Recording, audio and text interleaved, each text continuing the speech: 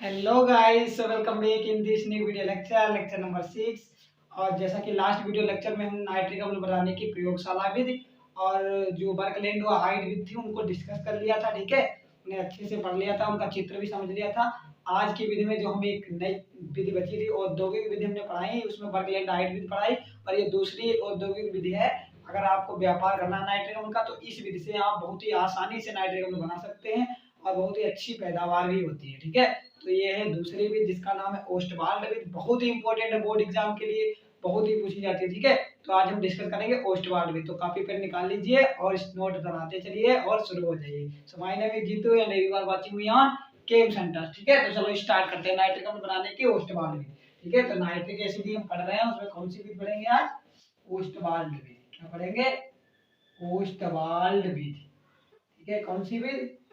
Ostwald विधि। ठीक है, तो ओस्टवाल्ड विधि क्या होती है समझ लेते हैं। कुछ नहीं होता है इस विधि में। ओस्टवाल्ड वैज्ञानिक थे, उन्होंने क्या किया, 4 अमोनिया के मॉलिक्यूल लिए, 5 ऑक्सीजन के मॉलिक्यूल लिए और यहाँ पे प्लेटिनम की जालियां उत्प्रेरक का काम करती हैं और 700 से 800 डिग्री सेंटीग्रेड टेम्परेचर है।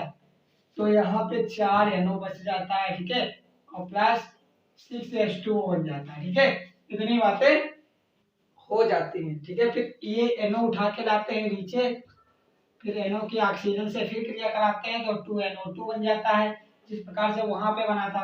फिर ये 2NO2 बनने के बाद इसकी फिर से वाटर से क्रिया कराते हैं तो क्या बन जाता है, HNO2 और HNO3, जैसे वहां पे बनता था बर्कलैंड और आइड में। ये बन गया नाइट्रिक अम्ल, ये बन गया नाइट्रस अम्ल। ठीक है, तो इस प्रकार से हम प्रयोगशाला में क्या करते हैं, सॉरी इसे बनाते हैं ओस्टवाल्ड विधि द्वारा। ठीक है, तो हेडिंग लगाएंगे ओस्टवाल्ड विधि, लिखेंगे जब अमोनिया और वायु के मिश्रण को प्लेटिनम की जाली के उत्प्रेरक के उपस्थिति में उच्च ताप पर गर्म करते हैं तो नाइट्रिक ऑक्साइड गैस बनती है, जो नाइट्रिक ऑक्साइड द्वारा ऑक्सीजन से क्रिया कराने पर नाइट्रोजन डाइऑक्साइड में बदल जाती है या नाइट्रोजन डाइऑक्साइड जल से क्रिया कराने पर नाइट्रिक एसिड और नाइट्रस एसिड में बदल जाती है। यही है प्रयोगशाला में। ठीक है, तो आपको यही लिखना है। ठीक है, सबसे पहले क्या करेंगे, अमोनिया लेंगे, ऑक्सीजन लेंगे, उन्हें प्लेटिनम की जालियां होती हैं, अभी आगे चित्र में डिस्कस करेंगे। उत्प्रेरक होता है, वहां पे हम क्या करेंगे, भेजेंगे पहले तो 4 NO बन जाएगी नाइट्रिक ऑक्साइड, उसके बाद 6H2O वाटर बनेगा। ठीक है, और फिर ये जो NO बना है, जैसे NO वहां भी बनता था बर्कलैंड और हाइड में, जिसे विद्युत आयन विधि भी कहते थे, तो वहां से NO को उठा लाएंगे, NO की फिर ऑक्सीजन से क्रिया कराएंगे तो नाइट्रोजन डाइऑक्साइड बन जाएगा। नाइट्रोजन डाइऑक्साइड की वाटर से करा देंगे तो ये बन गया नाइट्रिक अम्ल, ये बन गया नाइट्रस अम्ल। ठीक है, तो ये है विद्युत इसको नाइट्रिक अम्ल बनाने की ओस्टवाल्ड विधि। बहुत ही इजी है, कुछ टफ नहीं है। क्या लिखेंगे, पहले लगाएंगे ओस्टवाल्ड विधि, लिखेंगे जब अमोनिया और वायु को उच्च ताप पर या 700 से 800 डिग्री सेंटीग्रेड पर प्लेटिनम की जालियों के उपस्थिति में अभिकृत कराते हैं तो नाइट्रिक ऑक्साइड गैस बनती है, जो नाइट्रिक ऑक्साइड ऑक्सीजन से क्रिया करके नाइट्रोजन डाइऑक्साइड में बदल जाती है। उसके बाद नाइट्रोजन डाइऑक्साइड वाटर से क्रिया करके नाइट्रिक अम्ल और नाइट्रस अम्ल बनाती है, जिस प्रकार हमें नाइट्रिक अम्ल प्राप्त हो जाता है। तो ये है ओस्टवाल्ड विधि बनाने की, इसे नोट कर लो, जो मैंने बोला वो लिख लो। ठीक है, और उसके बाद अब हम डिस्कस करेंगे इसका चित्र क्या होता है, फिजिकल प्रॉपर्टीज, केमिकल प्रॉपर्टीज, सारी चीजें हम डिस्कस करेंगे। तो इसे नोट करो पहले, फिर आगे देखते हैं इसका चित्र क्या होता है। ठीक है, चलो नोट करो। हाँ, तो जैसा कि हमने देखा कि ओस्टवाल्ड विधि द्वारा नाइट्रिक अम्ल हम किस प्रकार से प्रिपेयर करते हैं, हमने देख लिया कि किस प्रकार से हम नाइट्रिक अम्ल बनाते हैं ओस्टवाल्ड विधि द्वारा। अब हम क्या करेंगे, उसके चित्र को समझेंगे। ठीक है, किस प्रकार से आप चित्र बना के आएंगे। ठीक है, तो देखते हैं क्या चित्र है इसका। तो मैंने आपको बताया कि अमोनिया लेते हैं और ऑक्सीजन का मिश्रण लेते हैं और उसको हीट करते हैं 700 से 800 डिग्री सेंटीग्रेड पर।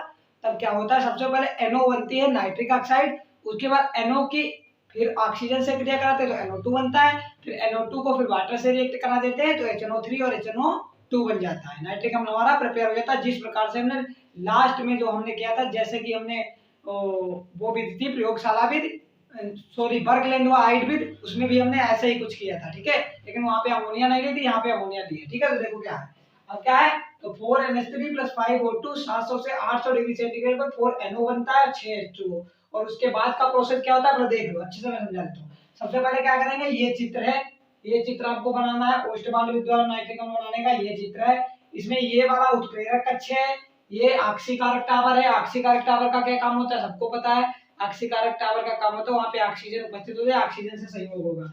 ये क्या है, अवशोषण टावर है, जिस प्रकार से बर्कलैंड हाइट विधि में भी था ये क्या भरे थे, वहां भी क्वार्ट्ज भरे थे, यहाँ भी क्वार्ट्ज थे, ऊपर से वहां भी वाटर टपक रहा था, यहाँ भी वाटर टपक रहा है। सुन लो ध्यान से।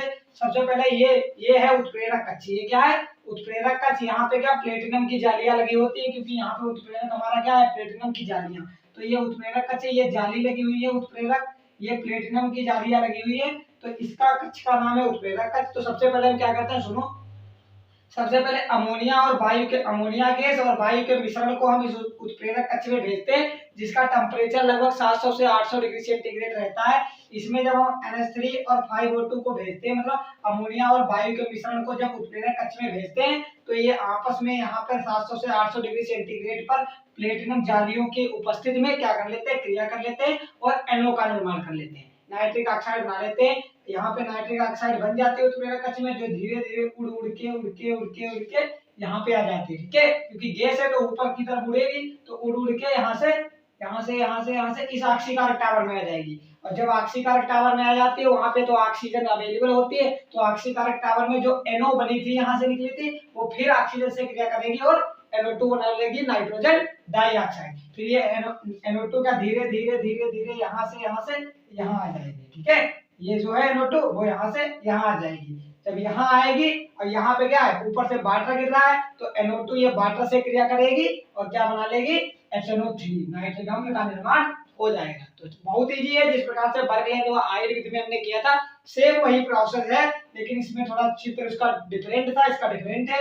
यहाँ पे हम अमोनिया ले रहे हैं, वहां पे अमोनिया हम नहीं ले रहे थे, सीधा N2 से बना रहे थे। तो इतनी बात है बस, और कुछ नहीं है, बहुत ही इजी है, कुछ नहीं करना है। सबसे पहले अमोनिया और वायु का लिखेंगे किस प्रकार से, वो भी बताऊंगा। सबसे पहले क्या करते हैं, जो मैं बोल रहा हूँ वही जो हम इसमें कर रहे हैं वो हमें लिख देना है। विधि में यही तो लिखना होता है, जो हमने किया है वो।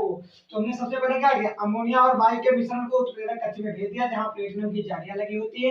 इस कक्ष में अमोनिया वायु से क्रिया करके प्लेटिनम की जालियों की उपस्थिति में नाइट्रिक ऑक्साइड का निर्माण करती है। नाइट्रिक ऑक्साइड ऑक्सीकारक टावर में पहुंचती है, जहां यह ऑक्सीजन से पुनः संयोग करके नाइट्रोजन डाइऑक्साइड बना देती है। यह नाइट्रोजन डाइऑक्साइड अवशोषण टावर में पहुंचती है, जहां ऊपर से जल गिरता रहता है और जिसमें क्वार्ट्ज भरे होते हैं, जहां नाइट्रोजन डाइऑक्साइड जल से क्रिया करके नाइट्रिक अम्ल बना लेती है, जिसको हम यहाँ से बाहर निकाल लेंगे, ठीक है। तो वो बहुत इजी है, कुछ नहीं करना। आप विधि में क्या लिख के आएंगे वो समझ लो, विधि में क्या लिख के आएंगे समझ लो।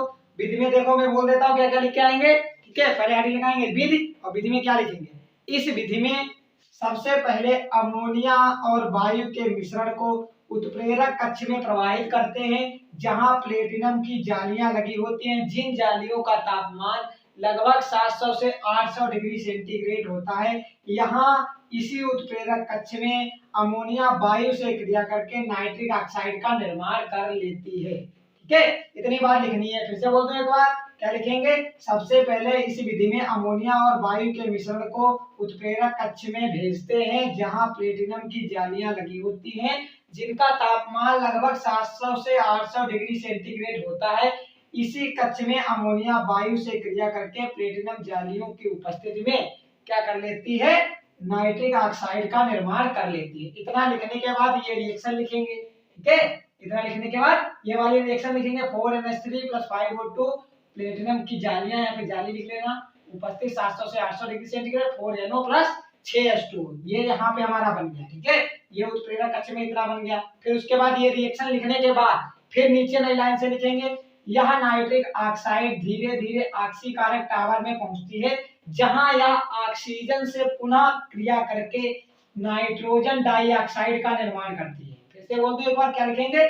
ये जो यहाँ उत्प्रेरक कक्ष से बनी हुई नाइट्रिक ऑक्साइड धीरे धीरे ऑक्सीकारक टावर में पहुंचती है, जहां यह ऑक्सीजन से पुनः संयोग करके पुनः क्रिया करके नाइट्रोजन डाइऑक्साइड का निर्माण कर लेती है, ठीक है। इतना लिखने के बाद ये वाली रिएक्शन लिखेंगे, मैं ये वाली 2NO + O2 तो क्या बन जाएगा 2NO2, ठीक है। 2NO + O2 तो क्या बन जाएगा 2NO2, ये वाले रिएक्शन लिखेंगे। इतना लिखने के बाद फिर थर्ड स्टेप नई लाइन से फिर लिखेंगे। ये रिएक्शन लिखने के बाद ऑक्सीकारक टावर से प्राप्त नाइट्रोजन डाइऑक्साइड को अवशोषण टावर में भेजते हैं, जहां क्वार्ट्ज के पत्थर रखे होते हैं, जहां ऊपर से जल गिरता रहता है। यहाँ नाइट्रोजन डाइऑक्साइड जल से क्रिया करके नाइट्रिक अम्ल का निर्माण करती है, ठीक है।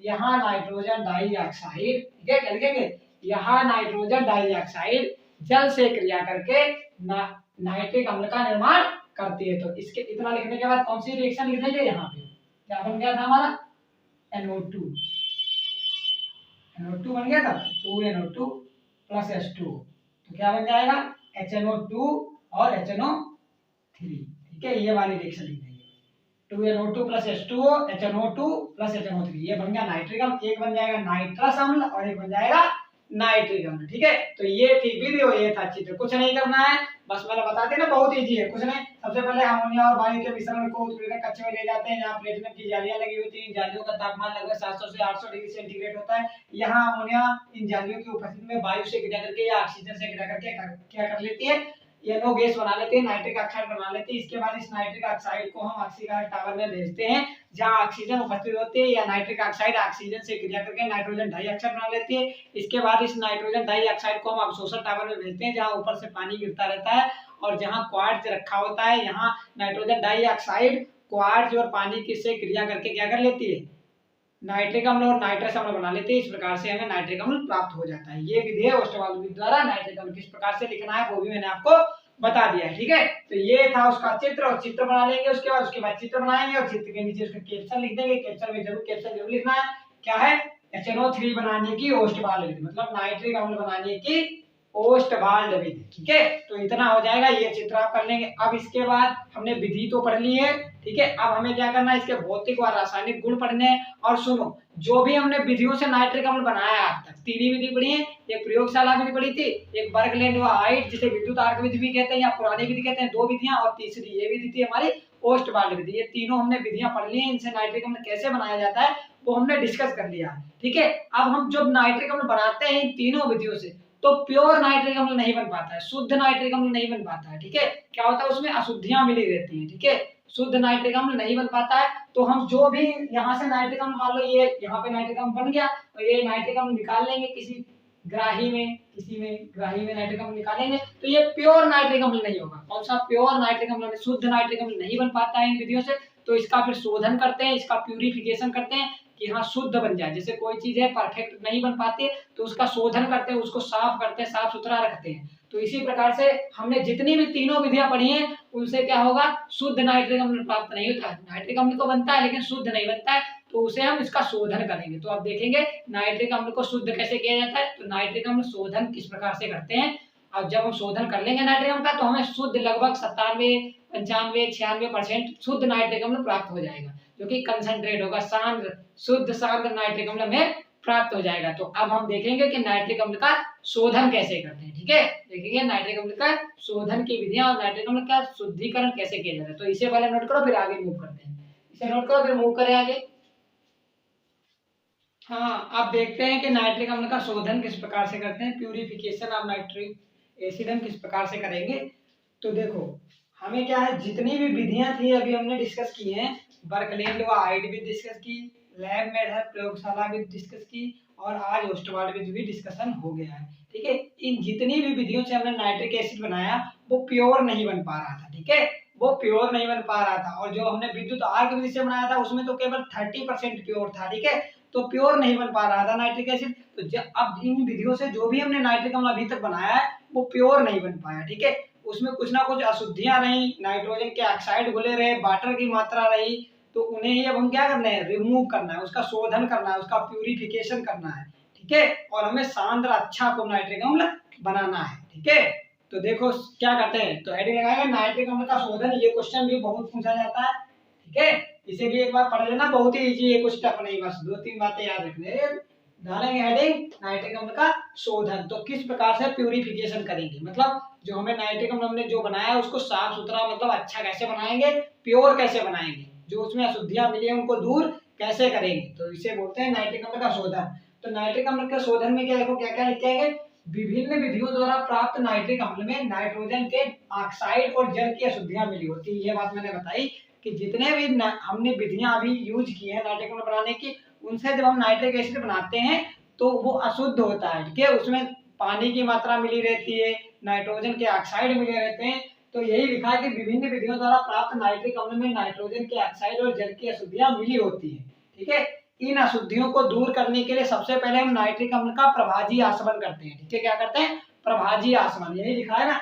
इन अशुद्धियों को दूर करने के लिए नाइट्रिक अम्ल का प्रभाजी आसवन करके, पहले प्रभाजी आसवन करते हैं। तो प्रभाजी आसवन समझ लो क्या होता है। ठीक है, प्रभाजी आसवन होता है जैसे किसी चीज का प्रभाजी आसवन करना है तो उसे बोलते हैं पार्शियल डिस्टिलेशन। मतलब वो जो मान लो कोई भी द्रव है उसका हमें प्रभाजी आसवन करना है तो उस द्रव को हम लेते हैं, ठीक है, और क्या करते हैं उसे हीट करते हैं धीरे धीरे। जैसे मान लो उसमें वाटर है और मान लो एक और कोई सबस्टेंस, ऐसे मान लो दो सबस्टेंस हैं उसमें घुले हुए हैं। एक सबस्टेंस 50 डिग्री सेंटीग्रेड पर मतलब उसका क्वथनांक 50 डिग्री सेंटीग्रेड पर है, ठीक है, उसका बाष्पन होने लगता है 50 डिग्री सेंटीग्रेड पर, और एक क्वथनांक है उसका बाष्पन 100 डिग्री सेंटीग्रेड पर होने लगता है। ठीक है, एक पदार्थ है जिसका बाष्पन 100 डिग्री सेंटीग्रेड पर होगा। तो जब हम धीरे धीरे उसको गर्म करेंगे, उसका पार्शियल डिस्टिलेशन करेंगे, तो जैसे ही टेम्परेचर हम बढ़ाते जाएंगे, जैसे ही तापमान 50 डिग्री सेंटीग्रेड पर होगा तो उसमें जो 50 डिग्री सेंटीग्रेड जिसका बाष्पन होगा वो तो उड़ जाएगा, बचेगा कौन सा?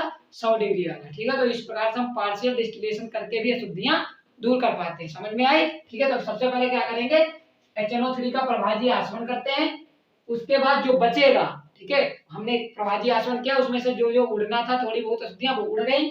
उसके बाद आशुद्ध भाग को, जो भाग बचा है नाइट्रिक अम्ल का, आशुद्ध भाग को एकत्रित कर लेते हैं। उसके बाद जो आशुद्ध भाग हमारा बचा है उसको हम एकत्रित कर लेंगे, ले लेंगे दोबारा, और इस भाग के बराबर जितना अब हमारे पास बचा है, ठीक है, जितना हमारे पास नाइट्रिक एसिड बचा है, ठीक है, उस भाग के बराबर उसमें क्या कंसंट्रेट H2SO4 मिला देते हैं। ठीक है, आशुद्ध भाग को एकत्रित कर लेते हैं और इस भाग के बराबर बराबर आयतन में सांद्र H2SO4 मिलाकर पुनः आसवन करते हैं। ठीक है, जितना हमारे पास आसवन करने के बाद नाइट्रिक एसिड बचा था उसमें उसके उतना ही क्या डाल देते हैं, सांद्र सल्फ्यूरिक अम्ल मिला देते हैं, और सांद्र सल्फ्यूरिक अम्ल मिलाने के बाद फिर से आसवन करने लगते हैं, फिर से उसे हीट करने लगते हैं। ऐसा करने से ये होता है कि जो भी नाइट्रिक अम्ल में वाटर की अशुद्धियां थी उनको ये जो H2SO4 है वो अपने ऊपर अवशोषित कर लेगा। क्या कर लेगा?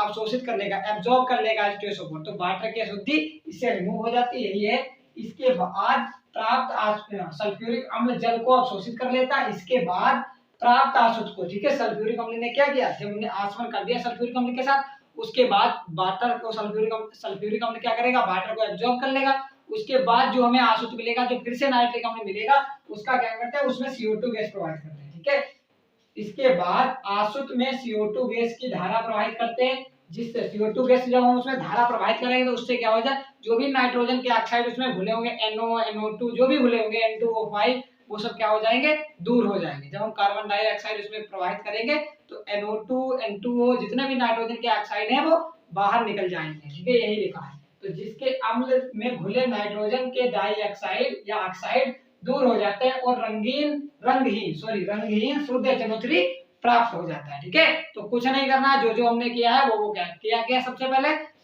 हमारे पास नाइट्रिक एसिड था जो हमने विधियों से बनाया, विभिन्न विधियों से, उसमें क्या किया, उसका हमने प्रभाजी आसवन किया, जिससे थोड़ी बहुत अशुद्धियां दूर हो गई। प्रभाजी आसवन करने के बाद जितना भी नाइट्रिक अम्ल बचा हमारे पास, उसमें उतना, मान लो 500 ग्राम बचा तो 500 ग्राम ही क्या कर दिया, उसमें हमने सल्फ्यूरिक अम्ल डाल दिया, फिर से आसवन किया। तो सल्फ्यूरिक अम्ल डालने से क्या हुआ, जो नाइट्रिक अम्ल में पानी की मात्रा ज्यादा थी उसे नाइट्रिक अम्ल ने अपने ऊपर एब्जॉर्ब कर लिया, सोख लिया नाइट्रिक अम्ल ने। फिर उसके बाद जितना भी, अब नाइट्रिक अम्ल ने पानी सोख लिया, अब जितना नाइट्रिक अम्ल बचा है, ठीक है, उसमें क्या करेंगे, हम CO2 गैस प्रोवाइड करेंगे, कार्बन डाइऑक्साइड, और कार्बन डाइऑक्साइड प्रोवाइड करने पर जितने भी उसमें नाइट्रिक अम्ल में नाइट्रोजन के ऑक्साइड घुले होते वो बाहर निकल जाएंगे और हमें रंगहीन शुद्ध नाइट्रिक अम्ल प्राप्त हो जाएगा, जो शुद्ध नाइट्रिक अम्ल का कोई रंग नहीं होता। ठीक है, तो हमें इतने में शुद्ध नाइट्रिक अम्ल प्राप्त हो जाता है, लगभग मान लो 80 to 90%। ठीक है, 80% या 90% प्योर हमें नाइट्रिक अम्ल प्राप्त हो जाता है, 80 से 90%। अगर और आपको शुद्ध चाहिए नाइट्रिक अम्ल लगभग 100% या 100% तो कोई चीज हो ही नहीं पाती, तो 98%, 97% अगर आपको प्योर करना है, तो अगर और प्योर करना है तो इसके बाद जो हमें प्राप्त हुआ है नाइट्रिक अम्ल 80% या 90% सांद्रता का जो हमें नाइट्रिक अम्ल प्राप्त हुआ है, उसे दोबारा फिर आसवन करेंगे। फिर आसवन करने के बाद उसमें ओजोन गैस प्रोवाइड कर देंगे, जिससे नाइट्रिक अम्ल के छोटे छोटे क्रिस्टल बन जाएंगे, और इन क्रिस्टलों को जब हम पिघलाएंगे तो लगभग 99.7% सांद्रता का हमारा क्या बन जाएगा, शुद्ध नाइट्रिक अम्ल में प्राप्त हो जाएगा। तो इसी के बाद यही लिखिए, ये लाइन इतना लिख ले। या इसके बाद अगर और आपको चाहिए, और भी शोधित, और भी अच्छा चाहिए, तो नाइट्रिक अम्ल तो ये भी करना पड़ेगा। तो अधिक शुद्ध नाइट्रिक अम्ल प्राप्त करने के लिए इस शोधित अम्ल का, जो भी हमने यहाँ पे अम्ल प्राप्त किया चलो उसे बोलेंगे शोधित अम्ल। इस शोधित अम्ल को जल उष्मक पर कम दाब पर पुनः आसवन करते हैं और आसुत द्रव में ओजोन गैस प्रवाहित करते हैं। इसके बाद इसे ठंडा करने पर लगभग 98% शुद्ध नाइट्रिक अम्ल प्राप्त होता है। ठीक है, तो इस प्रकार से हमें लगभग 98% शुद्ध नाइट्रिक अम्ल प्राप्त हो जाएगा। कुछ नहीं याद रखनी, बस 2-4 बातें याद रखनी है और पूरा शोधन हो जाएगा। क्या क्या करना है सुन लो पहली बार ध्यान से।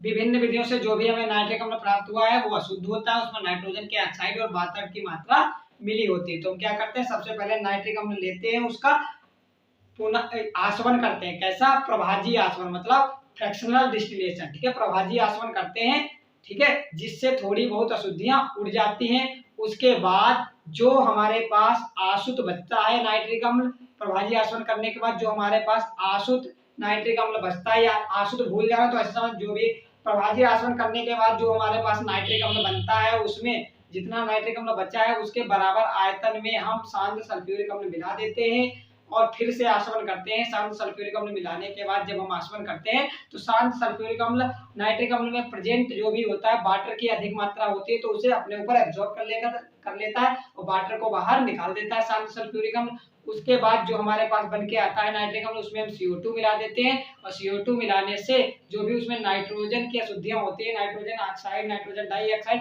वो भी गायब हो जाती है और हमें नाइट्रिक अम्ल शुद्ध प्राप्त हो जाता है। तो इतने में तो ये हमें शुद्ध नाइट्रिक अम्ल प्राप्त हो जाएगा। अगर बहुत ज्यादा शुद्ध चाहिए तो क्या करो, इसका फिर से आसवन करो जल उष्मक में लेके। जल उष्मक क्या होता है, एक इंस्ट्रूमेंट होता है, उसमें पानी भरा होता है, उसमें नाइट्रिक अम्ल लोगे आप और उसके क्या धीरे धीरे गर्म करोगे।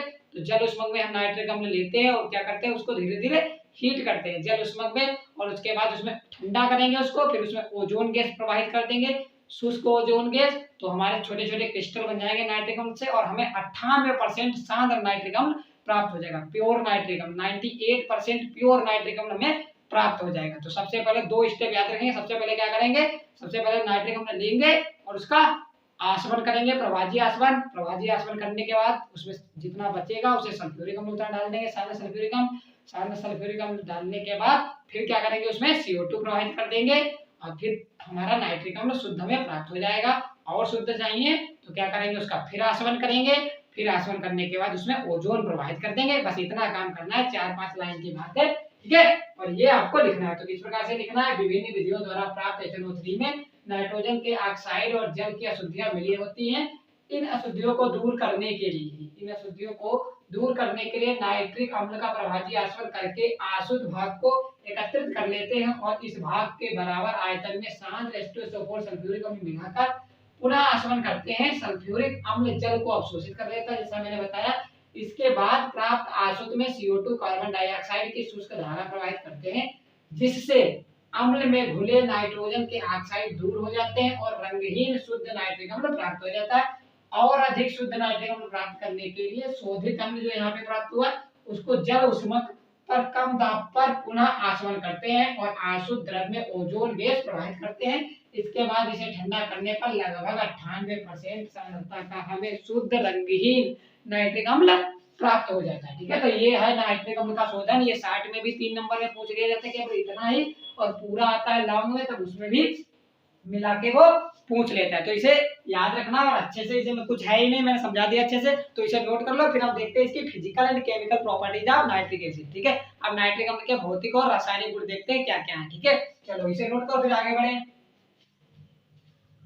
हाँ, तो अब हम देखते हैं भौतिक गुण नाइट्रिक एसिड के। ठीक है, हमने क्या किया, बाकी चीजें सभी देख ली हैं। अब हम इसकी प्रॉपर्टीज स्टार्ट करते हैं और प्रॉपर्टी में सबसे पहले हम क्या पढ़ेंगे, फिजिकल प्रॉपर्टी। ठीक है, तो भौतिक गुण स्टार्ट करते हैं। तो पहला भौतिक गुण है शुद्ध नाइट्रिक अम्ल रंगहीन द्रव है जिसमें से वाष्प निकलती रहती है। ठीक है, जिसमें से धूम निकलती रहती है, धूम या वाष्प, फ्यूम बोलते हैं, फ्यूम। ठीक है, निकलती रहती है। दूसरा है इसका क्वथनांक 78.2 डिग्री सेंटीग्रेड और हिमांक -41.3 डिग्री सेंटीग्रेड होता है। ठीक है, इसका क्वथनांक कितना होता है, boiling point 78.2 degree centigrade and freezing point -41.3 degree centigrade.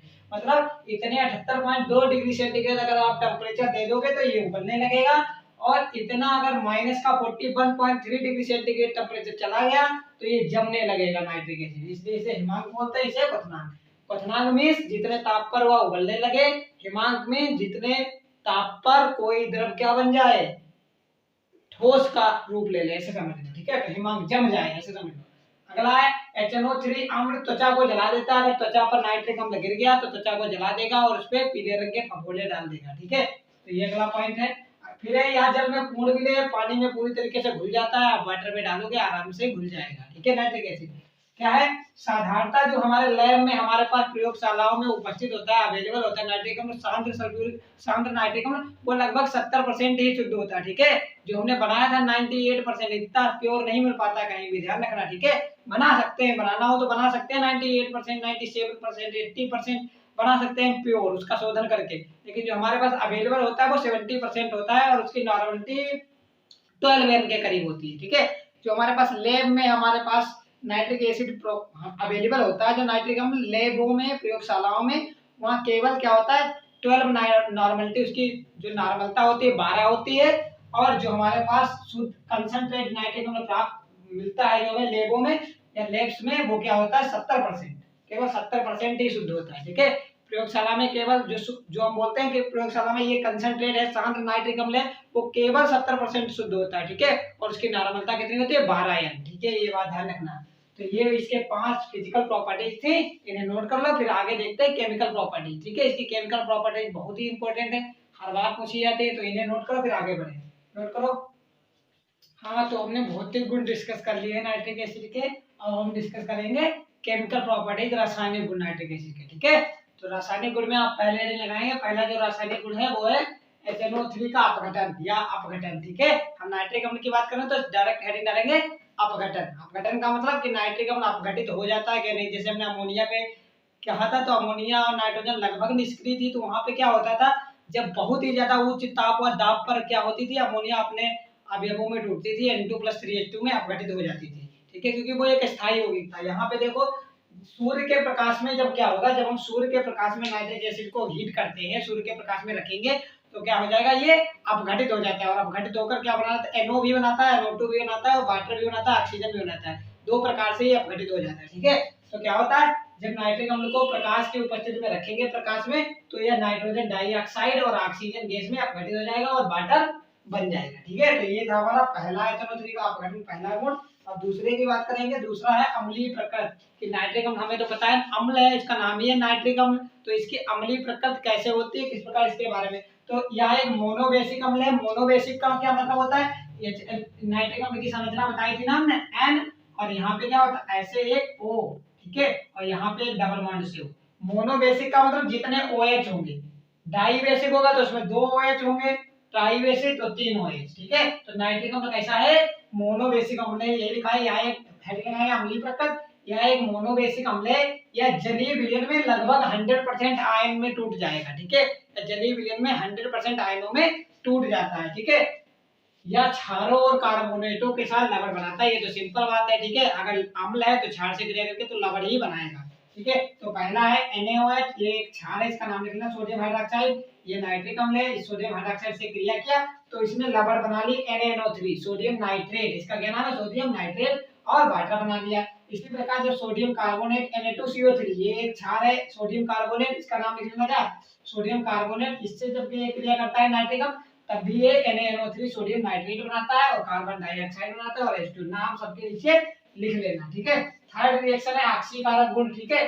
आप इन्हें एक बार पढ़ लेना अच्छे से, जो आगे रिएक्शन आएंगी मैं उन्हें बताता हूँ कि कौन कौन सी इंपॉर्टेंट है, जो कि आपसे सीधे पूछ ली जाती है, ठीक है। और बाकी इन्हें पढ़ना तो है, ठीक है। ऑक्सीकारक गुण, ऑक्सीकारक गुण मतलब ऑक्सीकारक क्या होते हैं पदार्थ, ऑक्सीकारक वे होते हैं जो आसानी से, जिनका खुद का तो अपचयन हो जाता है लेकिन वो दूसरे का ऑक्सीकरण कराते हैं, ठीक है, दूसरे का ऑक्सीकरण कराते हैं। जो नाइट्रिक अम्ल है वो बहुत जल्दी दूसरे का ऑक्सीकरण करा देता है, ठीक है, और चीजों का रंग भी छीन लेता है। किसी का अगर ऑक्सीकरण कोई कराता है तो वस्तुओं का रंग छीन लेता है, ऐसा समझ लो, ठीक है। तो ऑक्सीकारक गुण, ठीक है, इसलिए नाइट्रिक अम्ल क्या होता है, प्रबल ऑक्सीकारक है, तो कोई रंग तो होता नहीं नाइट्रिक अम्ल का, ऐसे ध्यान रखो। तो ऑक्सीकारक गुण, ठीक है, ऑक्सीकारक, तो इसमें लिखेंगे नाइट्रिक अम्ल एक प्रबल ऑक्सीकारक का कार्य करता है, मतलब ये सभी का ऑक्सीकरण करा देता है बहुत जल्दी। किसी चीज को घोलना हो, ना घुल रही हो, तो उसमें थोड़ा नाइट्रिक अम्ल डाल दो, घुल जाएगी आसानी से, ठीक है। इसका यह ऑक्सीकारक गुण इसके अपघटित होने के बाद, ठीक है, जब ये अपघटित होता है तब अपघटित होने पर नवजात ऑक्सीजन के कारण होता है। जो नेसेंट ऑक्सीजन बनती है, जब ये अपघटित होता है तब ऑक्सीजन निकलती है, नेसेंट ऑक्सीजन बनती है, उसी के कारण ये बहुत जल्दी चीजों को ऑक्सीकृत कर देता है। ठीक है, तो जब ये दो नाइट्रिक अम्ल दो प्रकार से होता है ऑक्सीकृत, एक मैंने वहां पे बता दिया, एक यहाँ पे।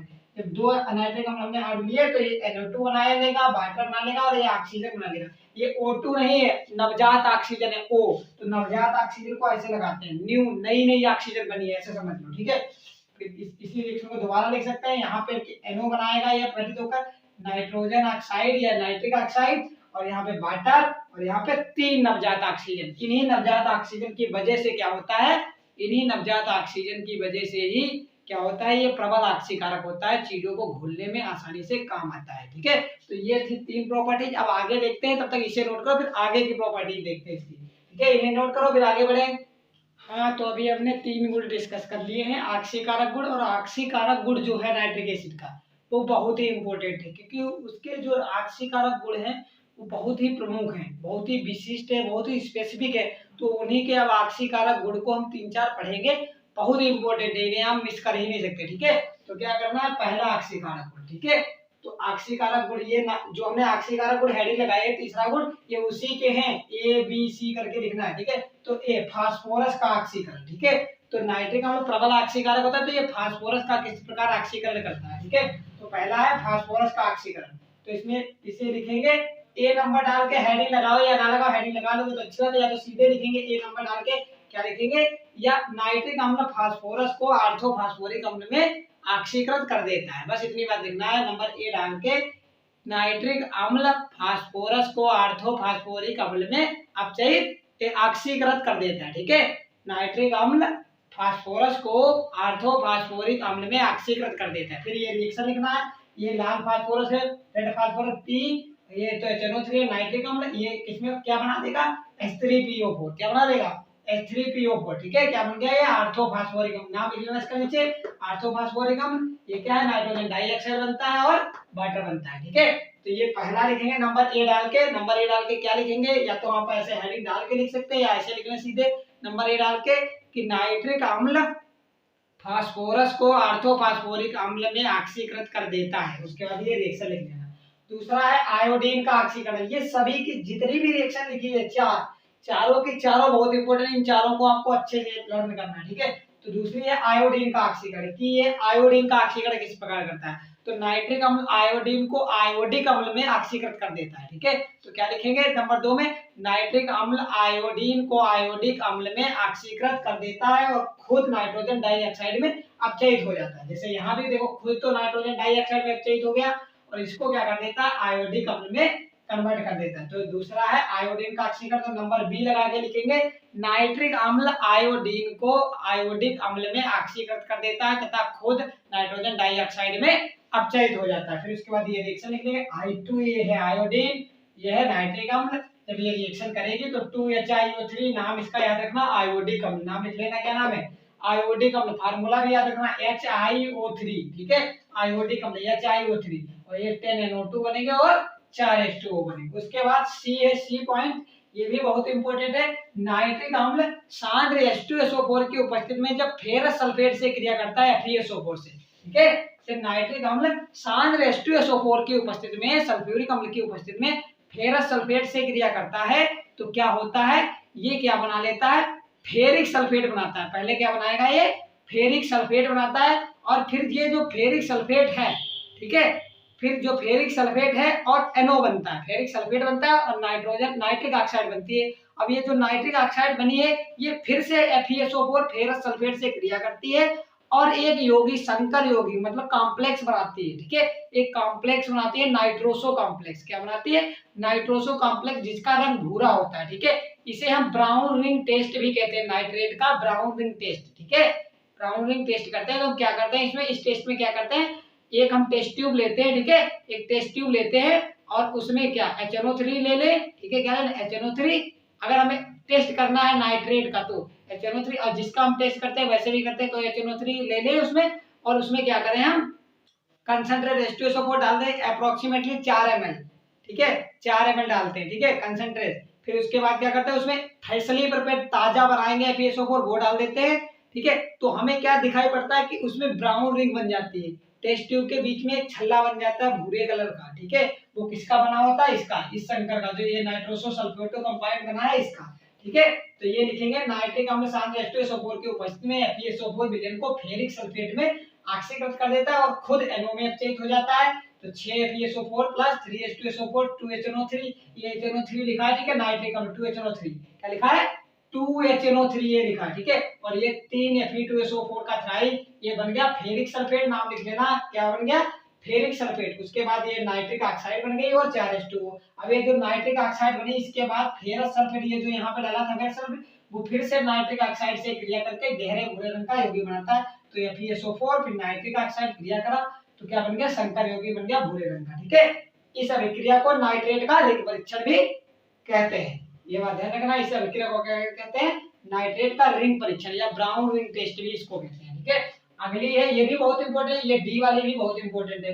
ये लिखा नाइट्रिक अम्ल Ki विलयन को I2 में ऑक्सीकृत कर देता है। ठीक है, तो पोटेशियम आयोडाइड का विलयन होता है, उसको आयोडीन में ऑक्सीकृत कर देता है। ठीक है, तो नाइट्रिक एसिड वो क्या करता है, जो Ki का विलयन है पोटेशियम आयोडाइड का, उसे नाइट्रिक अम्ल आयोडीन में ऑक्सीकृत कर देता है और खुद NO में अपचयित हो जाता है। तो यही लिखा है, नाइट्रिक अम्ल पोटेशियम आयोडाइड के विलयन को आयोडीन गैस में ऑक्सीकृत कर देता है और स्वयं नाइट्रिक ऑक्साइड में अपचयित हो जाता है।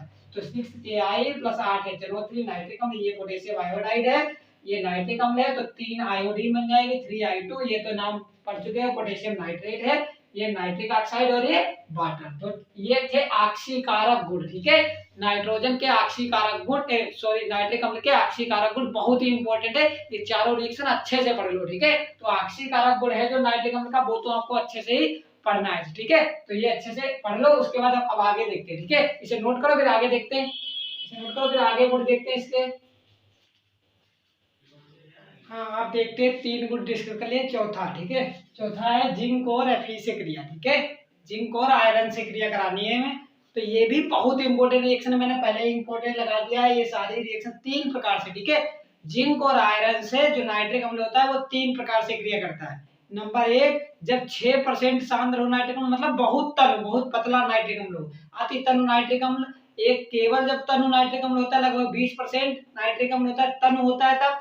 और जब 70% जब सांद्र नाइट्रिक अम्ल, तो 3 प्रकार से नाइट्रिक अम्ल क्रिया करता है आयरन से और जिंक से। ठीक है, रिएक्शन इजी है, आराम से देखो। ठीक है, तो पहला नंबर 1 ए। ठीक है, तो लिख लेना नाइट्रिक अम्ल जिंक और आयरन से 3 प्रकार से क्रिया करता है। नंबर ए, अति तनु नाइट्रिक अम्ल, लगभग 6% नाइट्रिक अम्ल जिंक और Fe से क्रिया करके धातु नाइट्रेट बनाते हैं। ठीक है, धातु नाइट्रेट बनाते हैं। देखो 4 जलियन 10 HNO3, अति तनु लिख लेना, इसके नीचे बहुत तनु है, ये जिंक है, ये अति तनु नाइट्रिक अम्ल है। जब क्रिया करेंगे तो जिंक नाइट्रेट बन जाएगा। क्या बन गया, जिंक नाइट्रेट। नाम लिख लेना इसका, धातु नाइट्रेट मतलब जो भी धातु होगी वो इसका नाम लगा देंगे, तो जिंक धातु, जिंक और आगे नाइट्रेट। ठीक है, तो इसका नाम लिख लेना, क्या नाम है, जिंक नाइट्रेट। और ये अमोनियम नाइट्रेट बन गया और वाटर बन जाता है। सेम रिएक्शन यही आयरन के साथ, जैसे जिंक के साथ वैसे आयरन के साथ, जहां पे जलियन है वहां पे Fe कर दो। देखो यहाँ पे जलियन था तो वहां पे 4 जलियन है तो 4 Fe लेंगे, 10 HNO3 और यहाँ पे 4 FeNO3 का होल ट्वाइस। ठीक है, इट मींस दैट ये बन गया फेरस नाइट्रेट। ठीक है, क्या नाम इसका, फेरस नाइट्रेट। ठीक है, अगर यहाँ पे 3 हो जाए तब वो हो जाएगा फेरिक नाइट्रेट। ये बात ध्यान रखना, इसका नाम लिख लेना फेरस नाइट्रेट, ये अमोनियम नाइट्रेट है और ये वाटर है। ठीक है, अगला बी। ए तरीके मतलब जब अति तनु 6% लेते हैं तब ये चीजें बनती हैं। अब जब हम क्या करते हैं, लगभग 20% सांद्रता का जब हम नाइट्रिक एसिड लेते हैं तब, ये अति तनु था, अब तन नाइट्रिक अम्ल लेते हैं जब लगभग 20% का, तब क्या बनता है, तब यह नाइट्रस ऑक्साइड लाफिंग गैस बनाता है। इंपॉर्टेंट है, बहुत ध्यान रखना। ठीक है, तब नाइट्रिक अम्ल 20% जिंक और Fe से क्रिया करके नाइट्रस ऑक्साइड या लाफिंग गैस और धातु नाइट्रेट बनाता है। धातु नाइट्रेट तो बनेगा जो यहाँ पे बने हैं ये, और साथ में वहां पे अमोनियम नाइट्रेट बना था, साथ में यहाँ पे क्या बनेगी, laughing gas nitrous oxide N2O। ठीक है, तो देखो 4 जिंक, सेम रिएक्शन बिल्कुल सेम, 4 जिंक 10 HNO3, तो ये बन गया सेम वही बन गया, देखो जिंक नाइट्रेट। ठीक है, और यहाँ पे अमोनियम नाइट्रेट बना था, यहाँ पे क्या बनेगा, नाइट्रस ऑक्साइड लाफिंग गैस। यहाँ पे 3 H2O निकले थे, यहाँ पे 5 H2O निकलेंगे। अब सेम रिएक्शन जहां जहां जिंक है वहां वहां Fe कर देंगे इसी में, तो 4Fe प्लस NaCnO3, तो 4FeNO3 का ट्वाइस क्या बन गया फेरस नाइट्रेट और प्लस नाइट्रोजन, ये हो गया नाइट्रस ऑक्साइड लाफिंग गैस और 5 H2O। ठीक है, अब थर्ड तीसरे प्रकार से रिएक्शन करता है सांद्र, जब सांद्र नाइट्रिक अम्ल की क्रिया कराते हैं जिंक और Fe से, तो जब सांद्र नाइट्रिक अम्ल की जिंक और Fe से क्रिया कराते हैं तब क्या होता है, देखो जब सांद्र नाइट्रिक अम्ल लगभग 70% सांद्र नाइट्रिक अम्ल की जिंक और Fe से क्रिया कराते हैं तो नाइट्रिक ऑक्साइड NO ये बन गई NO, नाइट्रिक ऑक्साइड और धातु नाइट्रेट तो बनेगा ही, लेकिन क्या बन जाती है NO बन जाती है, यहाँ पे ध्यान रखना। ठीक है, तो 3 Zn प्लस 8 HNO3, तो जिंक नाइट्रेट बन गया जो हर रिएक्शन में बनाया था जिंक के साथ, यहाँ भी बना यहाँ भी बना यहाँ भी बना, तो जिंक नाइट्रेट बन गया। यहाँ पे क्या बना था, देखो अमोनियम नाइट्रेट साथ में बना था, और यहाँ पे नाइट्रस ऑक्साइड बनी गैस लाफिंग गैस, और यहाँ पे नाइट्रिक ऑक्साइड बन रही है। ठीक है, NO बन रही है, और 4 वाटर तो सब में बना। ठीक है, अब यहाँ पे देखो क्या बना है जिंक नाइट्रेट, जो दोनों में यहाँ भी जिंक नाइट्रेट बनना था यहाँ भी जिंक नाइट्रेट बनना था, अब यहाँ भी जिंक नाइट्रेट बना है। और दूसरी रिएक्शन जब Fe से कराते थे तो फेरस नाइट्रेट बनता था, यहाँ भी फेरस नाइट्रेट बनता था, लेकिन यहाँ पे क्या बनेगा फेरिक नाइट्रेट। ध्यान रखना, जब सांद्र HNO3 से क्रिया करता है आयरन तो फेरस नहीं फेरिक नाइट्रेट बनाता है। ठीक है, तो यहाँ देखो ट्वाइस था NO3 का ट्वाइस, यहाँ भी NO3 का ट्वाइस, और यहाँ पे NO3 का थ्राइस हो जाएगा, ये बात ध्यान रखना, तो ये बनेगा फेरस नाइट्रेट। तो Fe प्लस 4HNO3 है कैसा नाइट्रिक अम्ल सांद्र, तो क्या बना लेगा ये फेरिक नाइट्रेट बनाता है, और NO निकलेगा और वाटर निकलेगा। ठीक है, तो ये जिंक और Fe से क्रिया नाइट्रिक अम्ल 3 प्रकार से करता है। जब अति तन्य नाइट्रिक अम्ल क्रिया करता है तब क्या बनाता है धातु नाइट्रेट बनाएगा और अमोनियम नाइट्रेट साथ में बनाता है। दूसरी रिएक्शन जब 20% होता है सांद्र मतलब तन्य नाइट्रिक अम्ल ही होता है लेकिन 20% का। ठीक है, 20% तन्य नाइट्रिक अम्ल जो Fe और जिंक से क्रिया करता है तो धातु नाइट्रेट बनाएगा सेम, और साथ में क्या बना लेगा नाइट्रस ऑक्साइड लाफिंग गैस बना लेता है और वाटर बनाता है। जब तीसरी प्रकार से रिएक्शन करता है जब सांद्र नाइट्रिक अम्ल लेते हैं लगभग 70% सांद्रता का, तब क्या करता है फिर से धातु नाइट्रेट बनाता है, मतलब जिंक तो नाइट्रेट ही बनता है, और लेकिन जो Fe के साथ अब की बनाएगा वो फेरस नाइट्रेट ना बनाकर क्या बनाएगा फेरिक नाइट्रेट FeNO3 का थ्राइस बनाएगा, वैसे FeNO3 का ट्वाइस बनाता था, और साथ में आपकी क्या बनाएगा नाइट्रिक ऑक्साइड NO गैस और वाटर बनाता है। ठीक है, तो ये बहुत ही इंपॉर्टेंट रिएक्शन है, इसे नोट करो। फिर आगे देखते हैं इसके टिन के साथ प्लेटिनम के साथ कॉपर के साथ, ये सभी रिएक्शन बहुत ही इंपॉर्टेंट है। ठीक है, तो इन्हें देखते हैं, पहले इसे नोट करो फिर आगे बढ़े।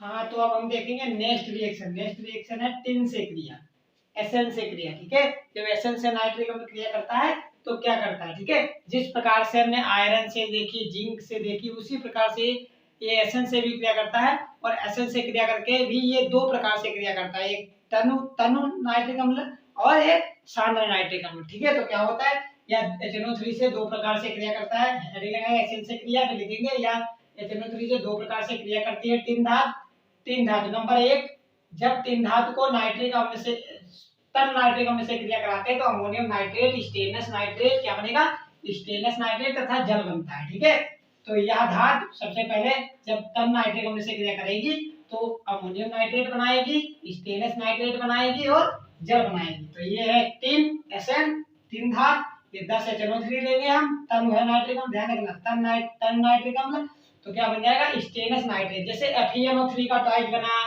ZnNO3 का ट्वाइस बना, अगर वो रिएक्शन याद कर लोगे तो आगे वाली ये भी याद हो जाएंगे, साथ में याद करना। ठीक है, तो ये 4 देखो वहां भी 4 लेते थे, यहाँ भी 10 ले लेते हो, यहाँ भी 4 लिए यहाँ भी 10 लिए, सेम रिएक्शन है, बस केवल ये बदल गया है, ये एसएन बदल गया, जिंक बदल गया, Fe बदल गया, धातु बदल गई। ठीक है, तो 4 SnNO3 का ट्वाइस मतलब स्टेनलेस नाइट्रेट बन गया, और ये NH4NO3 अमोनियम नाइट्रेट बन गया, और ये H2O बन गया। ठीक है, जब बी प्रकार से कैसे करते हैं, जब सांद्र के साथ क्रिया करें, यहाँ किसके साथ क्रिया कर रहे थे तनु के साथ टिन, यहाँ सांद्र जब टिन सांद्र नाइट्रिक अम्ल से क्रिया करके नाइट्रिक ऑक्साइड बनाएगी, क्या बनाएगी नाइट्रिक ऑक्साइड और मेटा स्टेनिक अम्ल बनाएगी। ठीक है, ध्यान रखना, ये रिएक्शन थोड़ा ध्यान रखना, इसमें 3 SN लेंगे, 4 HNO3 और थोड़ा वाटर भी लेते हैं। ठीक है, तो क्या बनता है मेटा स्टेनिक अम्ल, ये चीज याद रखना, क्या रखना मेटा स्टेनिक अम्ल।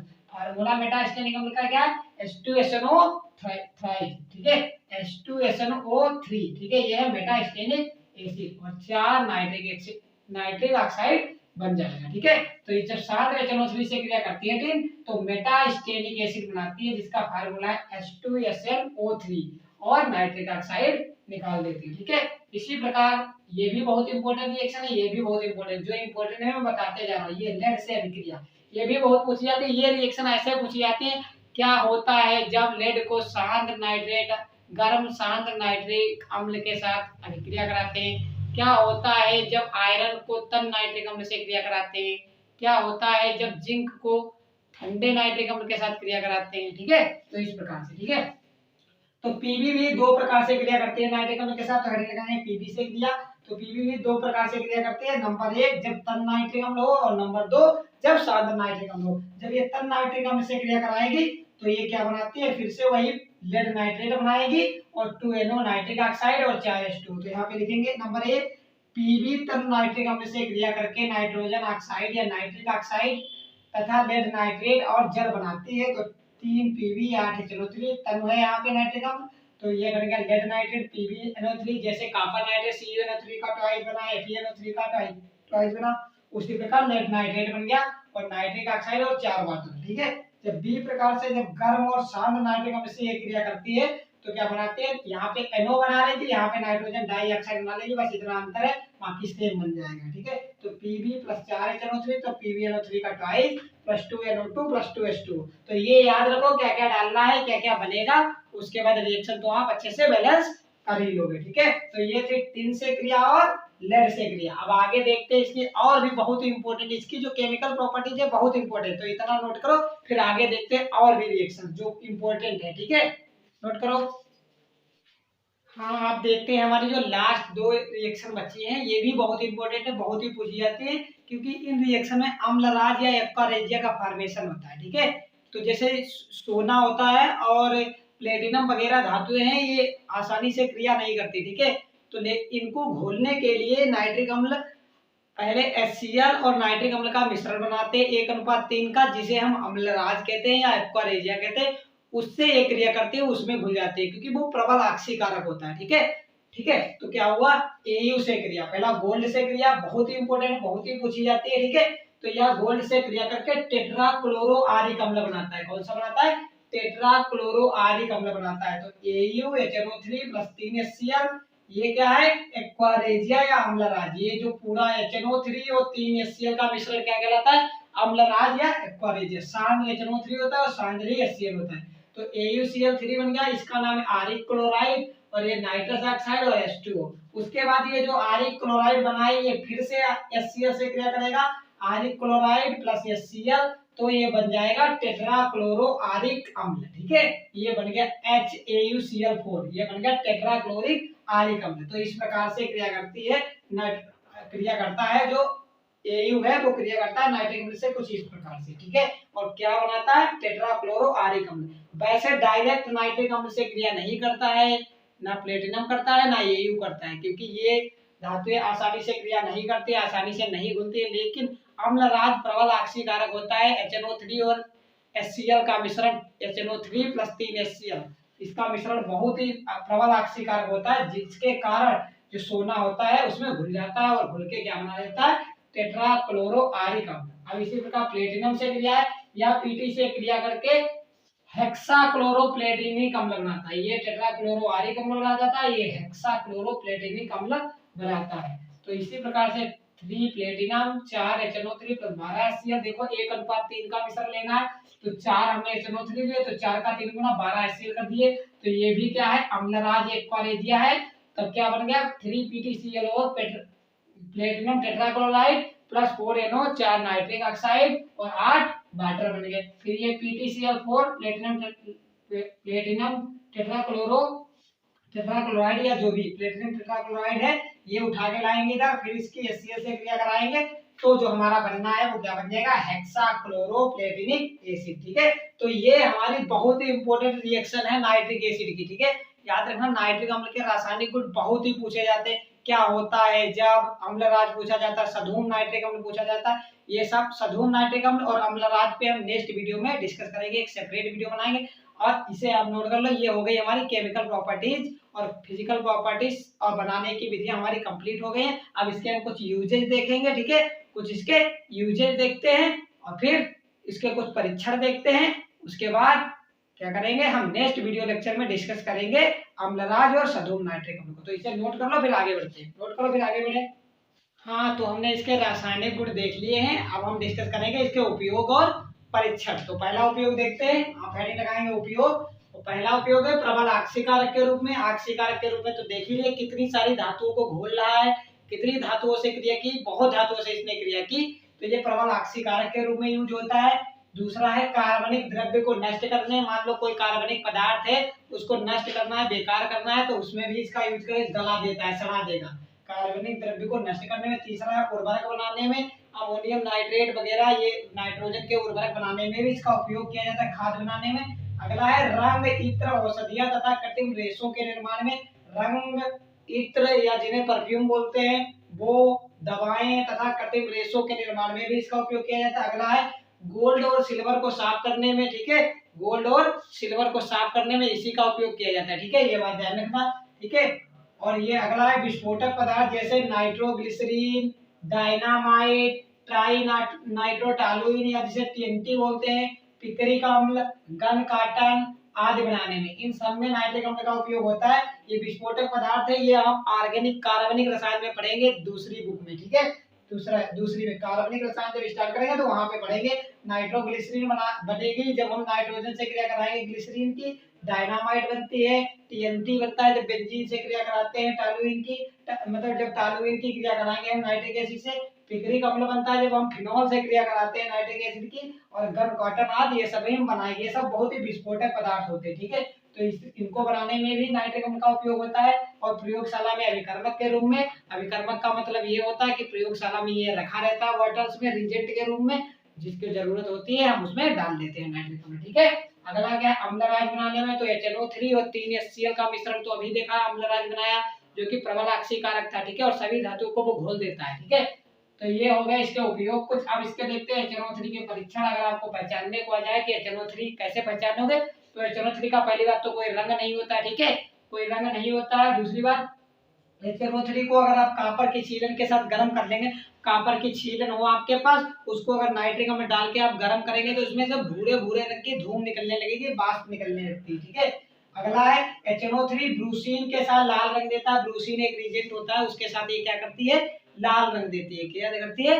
लाल रंग देता है। जो भी नाइट्रिक अम्ल है क्या करेगा, लाल रंग देता है इसके साथ। अगला है यह FeSO4 और सांद्र H2SO4 के साथ जब क्रिया करता है तो हमें ब्राउन रिंग टेस्ट देता है। और क्या होता है, भूरे रंग की हम क्या करेंगे, टेस्ट ट्यूब लेते हैं, उसमें पहले डालते हैं नाइट्रिक अम्ल और FeSO4 और 4 ml लगभग कंसंट्रेट H2SO4 जब हम डालते हैं तो क्या बनता है, उस टेस्ट ट्यूब में बीच में एक भूरे रंग की रिंग छल्ला टाइप का बन जाता है। ठीक है, तो ये उसे कहते हैं ब्राउन रिंग टेस्ट। ये अगला है या KI विलयन से I2 मुक्त कर देता है, जैसा कि हमने रिएक्शन पढ़ाई थी पोटेशियम आयोडाइड से, तो वहां पे क्या कर रहा था, ये आयोडीन को मुक्त कर दे रहा था, और जो स्टार्च पेपर को क्या कर देती है, नीला कर देती है। तो ये थे हमारे उपयोग और ये है परीक्षण। और अब हमने नाइट्रिक एसिड के बारे में सब कुछ डिस्कस कर लिया है, कंप्लीट डिस्कशन कर लिया है, कंप्लीट एक्सप्लेनेशन कर दी है मैंने नाइट्रिक एसिड की।